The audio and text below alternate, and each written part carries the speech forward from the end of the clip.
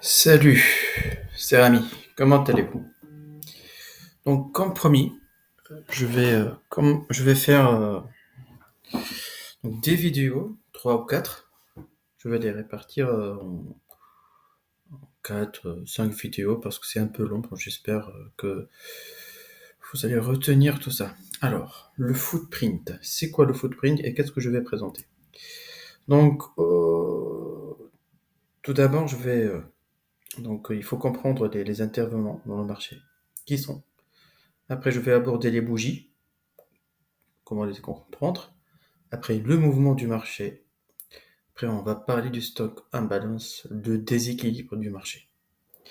Et comment ça va nous être utile. D'accord? Donc, petit à petit, vous allez comprendre.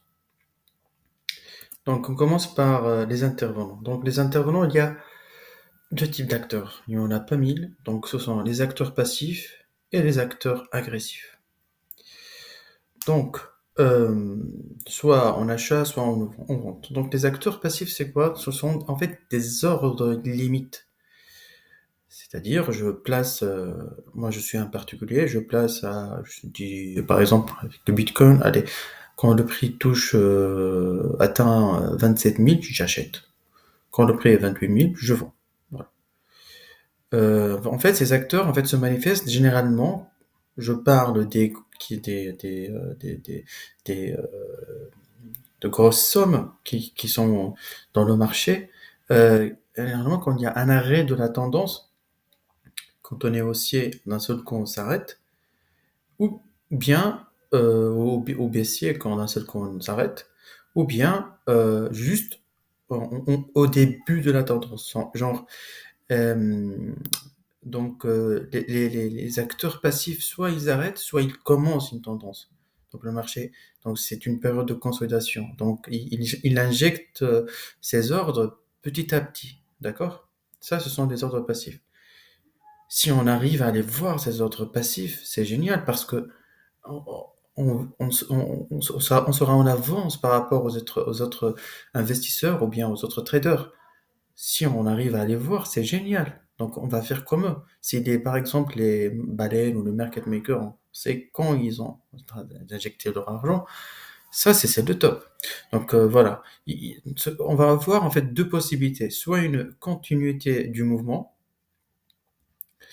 euh, par exemple, si on est haussier, il y aura une continuité du mouvement, et donc on voit des faux rejections. Soit à l'inverse, ça peut être une vraie réjection du prix. Donc, c'est-à-dire, le prix il monte, il fait un petit pullback. Donc, on voit des ordres passifs de vente, mais on voit en notre temps des ordres passifs d'achat, ou bien à l'inverse. Donc, voilà, ce genre, vous allez comprendre petit à petit. Donc après, il y a les ordres agressifs. En fait, ces ordres-là ce sont des ordres marchés, c'est-à-dire des grands acteurs.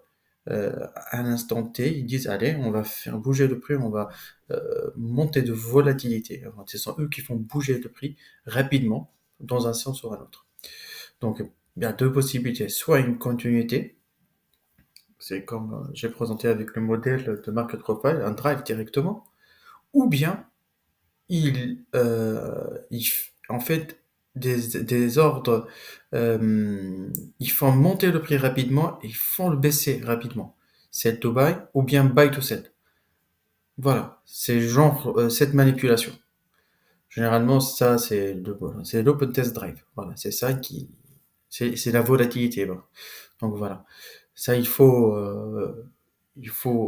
vous allez comprendre comment on va les repérer donc avec les bougies. Donc parlons des bougies. Je pense que en fait, vous voyez ça. Donc, il y a trois sortes, hein. Donc trois sortes de bougies. Donc ça, ce sont des bougies strong, de fortes bougies. Donc celles-là, ce sont des bougies de... Donc, excusez-moi, en fait, ça, des bougies strong, qui peuvent être soit strong candle, ou bien strong weak candle. C'est-à-dire soit c'est une vraie hausse, soit une fausse hausse, ou bien soit une vraie baisse, ou bien une fausse baisse. Si on arrive à déchiffrer le code, c'est bon. Donc là, par exemple, ça, c'est un rejet, on est baissier. Par exemple, on est baissier avec cette bougie. Donc ça, c'est un rejet. Est-ce que c'est un vrai rejet? True rejected candle ou bien false rejected candle. C'est-à-dire, c'est pas vrai. Donc ça, et celle-là, par exemple, c'est une vraie bougie de réjection. Ou bien, ça peut être, c'est à l'inverse, en fait. Voilà, on rejette le prix, mais après c'est une, on va continuer. Et en fait, c'est le même principe. Donc voilà. Et en plus, ça peut être des bougies d'initiation. Par exemple, celle-là, c'est une bougie d'initiation, c'est-à-dire là où il y a les ordres passifs. Après, des bougies enfin, il y a un ordre de mouvement bien précis qui se passe. Donc voilà. Et après, il y a l'IDC, donc il y a un decision candle. Où, ben là, tu fais rien. Donc on regarde ce qui va se passer après. Donc généralement, quand on a ça, donc généralement, d'après mon expérience, le prix il baisse un peu et après on le part en hausse. Quand on a ça, par exemple, le prix il fait un petit haut et hop, on rejette le prix. Donc juste dans cette vidéo, je vais parler des bougies strong parce que là où il y a les agressifs, d'accord?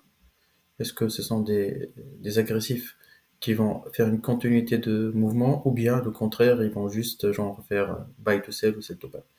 C'est ça qui est en fait, qui peut nous orienter et nous mettre dans la tendance, l'ordre flow du marché. On est haussier, on est haussier, on est baissier, on est baissier. On peut rien faire, hein. C'est eux qui décident et nous on suit. On est des petits poissons. Donc voilà. Après, on va reporter ça. Hein. Ça prend beaucoup de temps à expliquer. D'accord? Ça, j'ai rien à expliquer. Hein. Donc voilà. Voilà. Donc moi, quand je vois les bougies, je les vois comme ça en zoomant. Donc, j'explique pour ceux qui connaissent pas le footprint. Donc, ce que vous voyez, c'est la même bougie, sauf que à l'intérieur, ce sont des chiffres. Ce sont des contrats de vente et des contrats d'achat. D'accord? La colonne de gauche, c'est le bid, ce sont les vendeurs, et la colonne d'achat, ce sont les acheteurs. C'est aussi simple que ça. D'accord? Donc, si on arrive à voir des acheteurs passifs, comme celui-là, par exemple, où il y a un cluster 519 contrats, et ben là, j'ai une information importante. D'accord? Voilà. Moi, je regarde de près. Par exemple, cette bougie, elle ouvre ici, elle ferme ici. Mais là-dedans, il y a des informations. D'accord? Cette bougie, par exemple, elle ouvre ici, elle ferme ici, mais en bas, j'ai une information. Vous voyez? Ça, vous pouvez pas voir avec les bougies japonaises que vous regardez. C'est impossible. C'est impossible, mais vous pouvez pas. Donc là, j'ai un regard, c'est un autre regard par rapport aux autres traders. D'accord? Voilà, c'est aussi simple que ça. Voilà. Plus c'est aussi simple, on va suivre la tendance. Plus il y a des acheteurs, ben, plus le prix va monter. Plus il y a des vendeurs, plus le prix il va euh, chuter. C'est assez simple que ça. Il faut juste en fait suivre le prix au bon moment et avec les volumes. D'accord? Donc, trader, il y a trois facteurs. Donc, c'est le prix, le volume et le temps. Donc voilà, ça je vais donner des exemples avec le S-Mini parce que euh, c'est plus visible, je pense, par rapport au Bitcoin et aux autres. Alors, le SSC, je l'appelle Strong Candle. Généralement, donc c'est une bougie. Vous pouvez l'avoir aussi avec une bougie japonaise. Dans la queue, par exemple, si on est haussier, dans la petite queue là, il y a à peine une queue. Généralement, elle commence par la lettre A. C'est-à-dire l'ouverture du marché soit asiatique, soit européen, soit américain. Voilà. Ça correspond, c'est le plus puissant. Hein. C'est le plus puissant si on est avec la lettre A. D'accord? Euh, donc, cette bougie, elle commence au début de la bougie, si on est haussier, commence avec des intervenants agressifs au début de la bougie. Ici, on va avoir des clusters. Voilà, par exemple. Et en plus un volume très important par rapport aux bougies précédentes. Et on va avoir, par exemple, si on est acheteur, les as qui dominent dans toute la bougie. On va voir que toute la bougie elle est verte, par exemple. d'accord? Et la delta, bien sûr, si on est acheteur, le delta, il est positif. Si on est, par exemple, un strong weak candle, donc on va voir la bougie, on va voir un cluster suiveur à la fin de la bougie. Et on va voir le cluster, il est ici, il n'est pas ici. Par exemple, si on est acheteur, on va voir le cluster, il est là. Ou bien même dans la queue, en haut. Et on va pas voir, par exemple, cette queue-là, cette petite queue. On va voir, elle est comme ça. Elle est un peu longue. D'accord? Et là, quand on voit les clusters qui sont là, on dit oui, ah, c'est une bougie qui est trompeuse. Et donc, ça peut être en fait par exemple des acheteurs piégés, euh, trapped, euh, trapped buyers, ou bien le contraire, trapped shorters. Et en plus, dans la bougie elle-même, dans la bougie, on peut trouver en fait des, euh, des, euh, des clusters vendeurs, d'accord? C'est-à-dire elle est verte comme ça, mais en fait dans la bougie on voit des clusters vendeurs. C'est pas obligatoire, mais ce qui est obligatoire en fait à voir, c'est qu'on voit une alternance entre le bit et le ask. C'est-à-dire je vais vous montrer, j'ai fait des exemples. Et en fait, sa delta, ou bien la session delta, d'accord? Soit la delta, soit la session delta, elle est négative, un des deux. Moi j'ai mis delta, voilà. Soit la session delta, ou delta change. Voilà, c'est trois. Donc, un des trois. Donc, il était, voilà, c'est-à-dire, on était aussi d'un seul coup, on a un changement de caractère, d'accord? C'est-à-dire là, si on va choper le prix, on va choper au haut. On va pas attendre parce que là, il y a un arrêt de la tendance, par exemple, haussière. Donc, il y a des acteurs passifs qui sont entrés dans le marché. D'accord? Donc, par exemple, si on est acheteur, là, c'est une bougie. On appelle ça un épuisement des acheteurs. Quand on a un épuisement des acheteurs, donc après, on va voir dans les bougies d'après des clusters, des intervenants passifs sur le marché, des ordres limites de vente qui commencent à s'accumuler jusqu'à un moment où on arrive à des vendeurs, par exemple, euh, un vendeur agressif. Donc voilà, par exemple, une belle bougie strong, là vous regardez cette bougie-là, avec le S-mini, début de la bougie on a un cluster acheteur, le delta il est positif, on regarde session volume qui explose, le delta va avoir 17,35%, la session delta elle explose, et après le prix il part. Voilà. C'est-à-dire là quand vous voyez ça, bah, vous suivez la tendance, hein, vous attendez un tout petit peu, vous entrez, si vous avez de la chance parce qu'il peut directement partir, hein. Si vous avez sur un petit pullback et vous entrez, votre stop loss ici, hein, en bas de cette bougie, même un tout petit peu en bas. Voilà. Après, on va voir la continuité de cette bougie. En fait, oui, c'était ici, c'est cette bougie. Après, là, 30 minutes, 30 minutes, 30 minutes, 30 minutes, c'est-à-dire là, vous avez gagné le prix de 4000 jusqu'à 4025, donc vous avez gagné beaucoup de points. Donc là, par exemple, hein, je vous donne par exemple une bougie strong, celle-là aussi. Donc c'est une bougie strong, elle a cassé ce high, casse ce high, elle fait son pullback, et hop. Donc celle-là, c'est une autre bougie strong. Hop, le prix ne revient jamais, hein, il ne revient jamais ici dans cette journée. Il ne revient jamais parce que c'est une bougie strong. Les acheteurs, ils ont décidé d'acheter, c'est tout. Basta. Il n'y a pas plus simple que ça.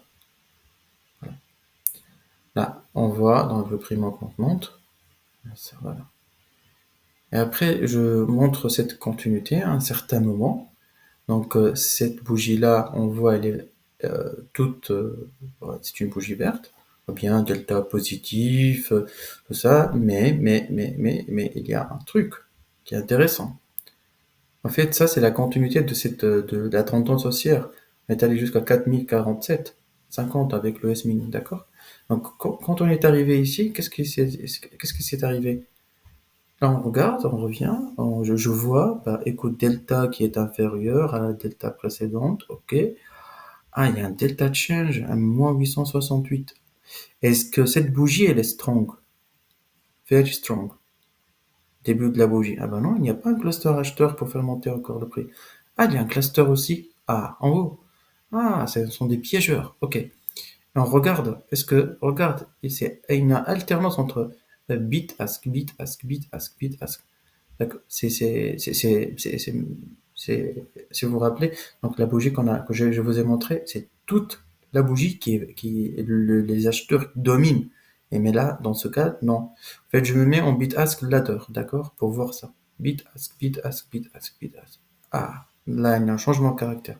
J'attends directement là, 30 minutes d'après. J'ai toute la confirmation. Je détache, je chope le prix là, tout, et je laisse. Et je laisse couler. Après, et je laisse coller. Donc, regardez la bougie d'après. Data change, moins 3013. C'est pas de la magie, je vous dis, c'est pas de la magie. C'est pas de la magie. Regardez cette bougie là. Là, je vous montre une bougie strong, non? Regardez, oui, elle est strong, très bien. J'attends, je rentre en achat. Hop, et c'est ici. Moi, je suis sûr que cette bougie-là, parce que c'est une bougie strong, début du cluster, il est ici, tout est bien, tout est nickel. J'entends le pullback, 30 minutes, un temps, 4 heures, et hop, et je prends mon TP, il est là, c'est bon, c'est fait. Après, je vois cette bougie. Donc, voilà. Après, qu'est-ce qu'on a? Ah oui, ça, c'est un début de bougie, par exemple, à l'inverse. Donc, strong vendeur. Regarde cette bougie, au début de la bougie, donc que le début de la bougie, il n'y a que des shorters, des vendeurs. Cluster, il n'est pas présent. Quand on n'a pas de cluster ici, ça m'intrigue. Ça reste une bougie donc de vente, mais vu qu'il n'y a pas un cluster ici, c'est-à-dire le prix il va revenir après dans le temps. Ça peut durer une semaine, 2 semaines. C'est-à-dire il y a une continuité haussière. Mais pour cette journée, même pour les journées qui vont suivre, là, je suis vendeur. On voit bien que cette bougie-là, hop, et celle-là, on revient. Vous voyez cette bougie? On revient. C'est une bougie strong, on casse tout, on revient, on teste. Là, il y a un stack imbalance. Voilà. Et hop, une bougie de réjection, une vraie bougie de réjection, et le prix, il chute. Jusqu'à un moment, le prix, voilà, il s'est arrêté. Il s'est arrêté parce que si on regarde, moi j'ai pas fait l'exemple, si on regarde cette bougie, donc c'est une bougie d'une fausse réjection, et hop hop on monte. Donc, en résumé, il y a trois types, pas plus. Après une bougie strong, d'accord? Après une bougie strong. Donc une vraie strong, on chute, on va tester un cluster stock imbalance, un cluster si on a, ou bien stock imbalance. D'accord? On teste, on continue. Premier, tac, tac, tac. C'est facile. Donc si une bougie strong. Voilà. Donc généralement quand on va tester, quand il y a, en fait, d'après mon expérience, c'est le début avec, en fait, le prix, il va tester le stock imbalance le plus puissant, d'accord? Là où il y a plus de stock imbalance. Par exemple, si ici je dis n'importe quoi, j'ai 200 vendeurs et ici j'ai 100 vendeurs, il peut s'arrêter. C'est jusqu'à 200 vendeurs, d'accord? Si par exemple ici j'ai 500 et ici j'ai 200 vendeurs, il monte au haut. Et si c'est tout, c'est-à-dire il peut par exemple lui faire directement comme ça. Voilà, si donc c'est pour il peut directement dégringoler comme ça. Il chute directement. Et juste l'attaque, l'attaque des vendeurs agressives, elle est juste ici, donc il n'y a pas, ça respire, t'as pas le temps de respirer, surtout si on est avec un open drive, d'accord? Ou bien, par exemple, c'est comme on a vu avec le S-Mini à la fin, il chute, il fait une autre petite chute, ce qu'on appelle donc les vendeurs épuisés. C'est à l'opposé en fait des bailleurs épuisés. Donc on fait un petit bas, hop, et le prix il va chercher le stand en balance ici et on monte.